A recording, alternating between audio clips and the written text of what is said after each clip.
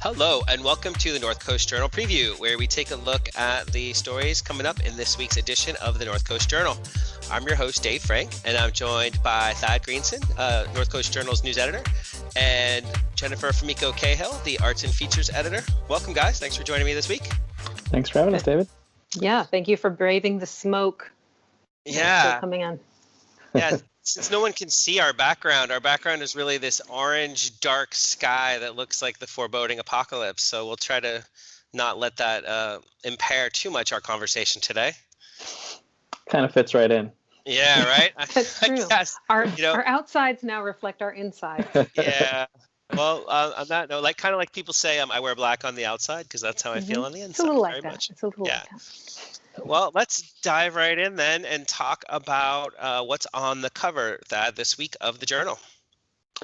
Yeah, this week's cover story is about is kind of moving the big news of last week. Health Officer Teresa Frankovich announcing that her intention to resign, and moving that forward into kind of looking at her, reflecting on her tenure, but then really looking at what's next and kind of how the process is going to play out to find Humboldt County's next health officer.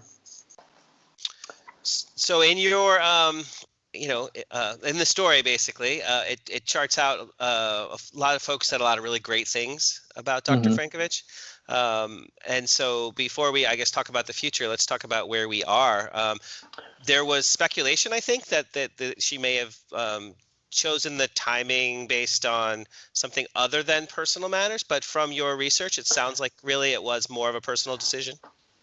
Every indication is that while she has faced, a tremendous amount of pressure and some very vocal backlash from certain segments of the local community, that this was entirely a personal decision, and I think we've known for some time, but really that this job was way more than she bargained for when she applied for it at the end of last year, which seems like an eternity ago at this point. Right. And so, a little bit of context for folks is that her husband, she and her husband had been living in Michigan for a long time. Her husband had recently retired. He's about 70 years old. They wanted to move and have a fresh start somewhere. She had been the medical director, of a district in Michigan where she covered 10 counties. And so it was just this massive job that she had back there. And she really wanted to slow down and, kind of carve out more time to spend with him. She had a history of, I think 25 years ago, she'd been a pediatrician in Fortuna for a couple of years, always liked Humboldt County. So they decided to relocate here.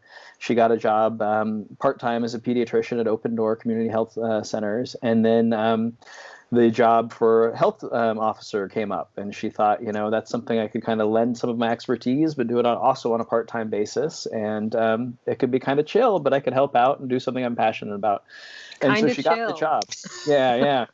It's my words, not hers. But so she kind of planned on having these two half-time jobs. And within 3 weeks of being announced as Humboldt County's health officer, we got our first COVID case confirmed. And it was just kind of off to the races. She had to step away from doing pediatrics at Open Door and not just work full-time in the pandemic response, but work from all accounts, 100+ hour weeks every week since this thing started. So there has been a sense, I guess, among people around her that she was not going to be able to see this through to the very end. And she said, I think in her resignation letter, that they fully expect that some type of pandemic response is going to be necessary through next year. And so every indication I've got is she just was looking at this and feeling like I can't do it for the long haul. So I need to find the right place to step back. And so our reporting really indicated that she felt like she had laid down the systems and kind of the infrastructure and done really the initial work to lay out, a really solid foundation for Humboldt's response. And then she also had to find a time when the rate of spread of the disease and stuff was kind of at a little bit of a lull. Or if not a lull, it wasn't spiking massively. And so all indications are that she just felt like now is the right time, that we have, healthcare capacity built out. We have increased testing capacity. She's, brought in and had trained a whole team of volunteer contact tracers. And so, all indications are that she just really felt like if I'm going to do it, now's the time to do it. And she's also, I should add, pledged to stay on until Humboldt finds a replacement, and then also past that in a part-time capacity. So she's not going to vanish from the response. So you mentioned there's a little bit of a lull in our county now. That sort of helped inform the decision in terms of caseload. And also you mentioned some of the accomplishments of Dr. Frankovich of helping our county to be in the, one of only 11 that are in the bottom two tiers.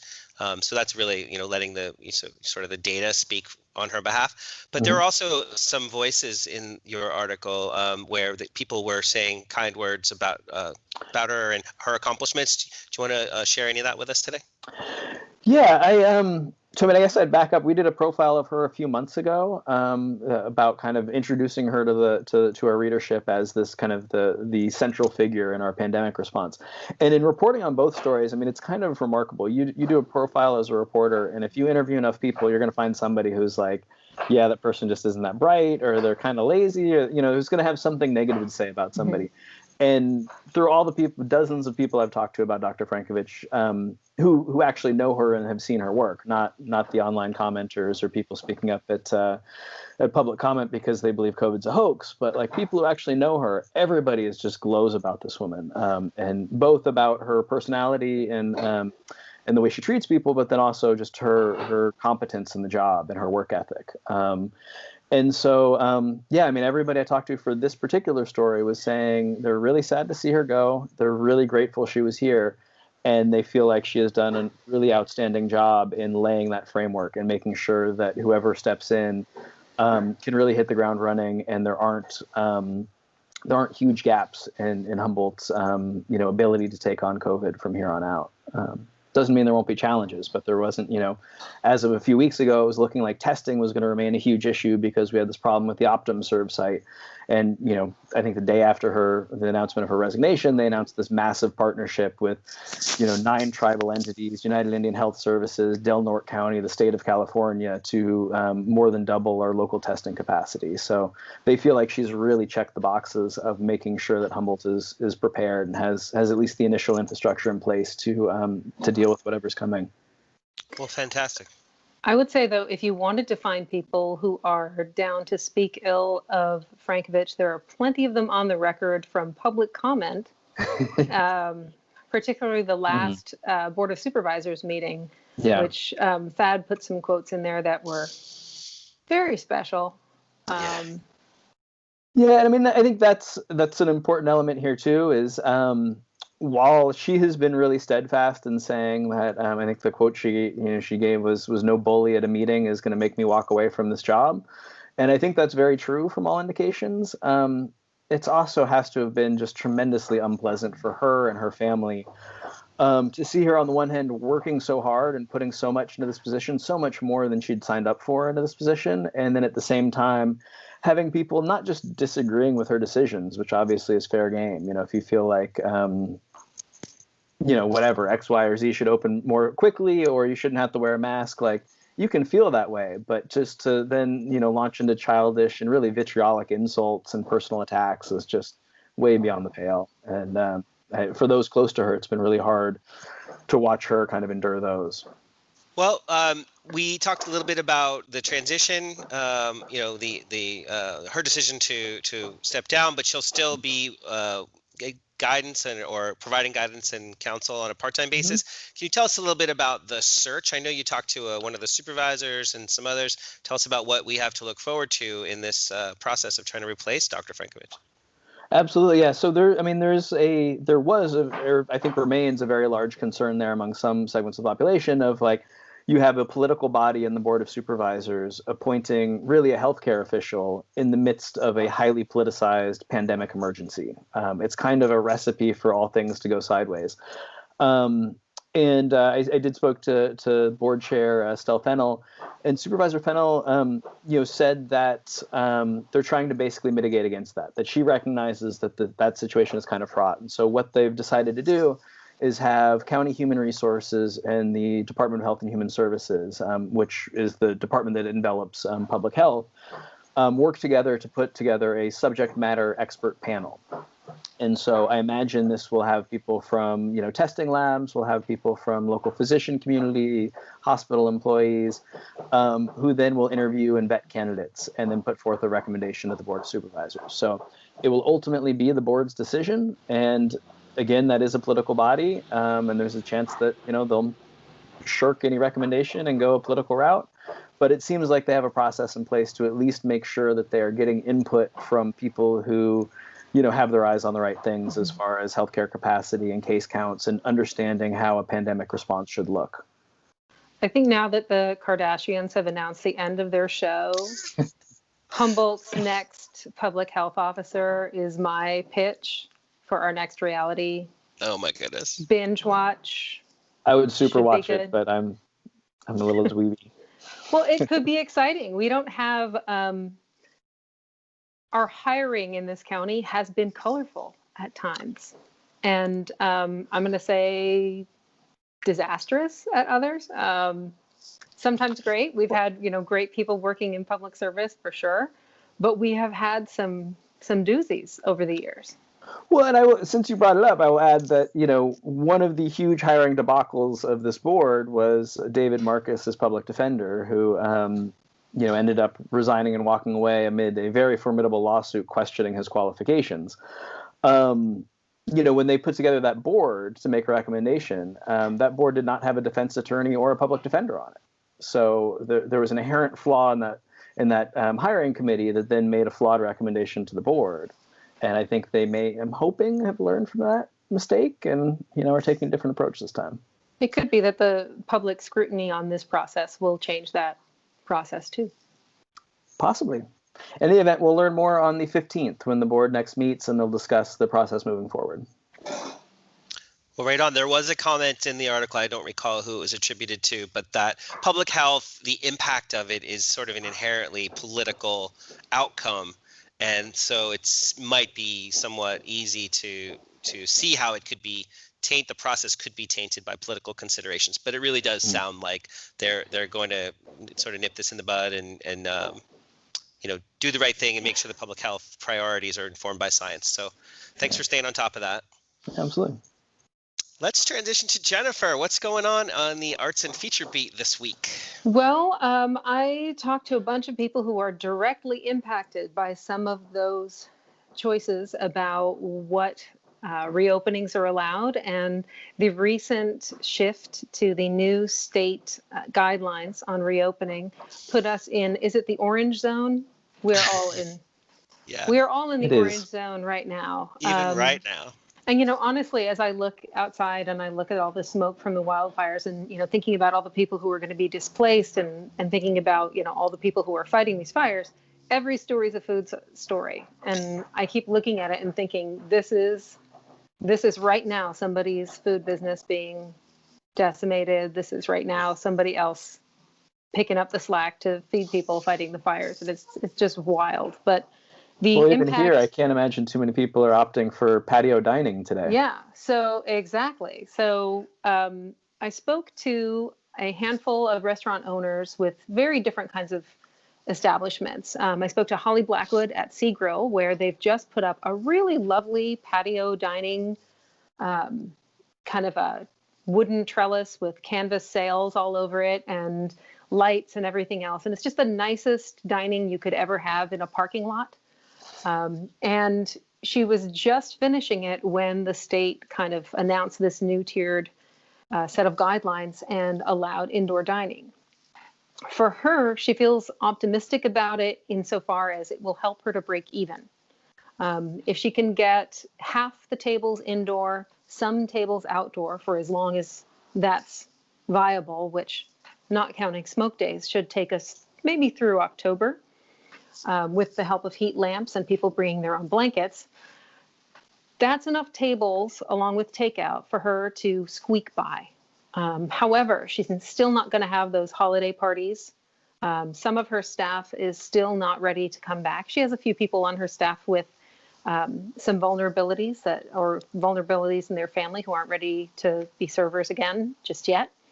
And, some of those same things are true over at Bayfront, where Jao Parks, who's the owner of that, was telling me that now she's in a position where, with her staffing where it is, she's washing dishes, she is bussing tables, and she is, praying that this indoor dining is still allowed through the winter and into spring. Because as much as people love those outdoor tables at Bayfront on the water, right on the waterfront boardwalk, which how come we don't have that all the time, right? We have like bodies of water everywhere, and we don't have that much seaside dining.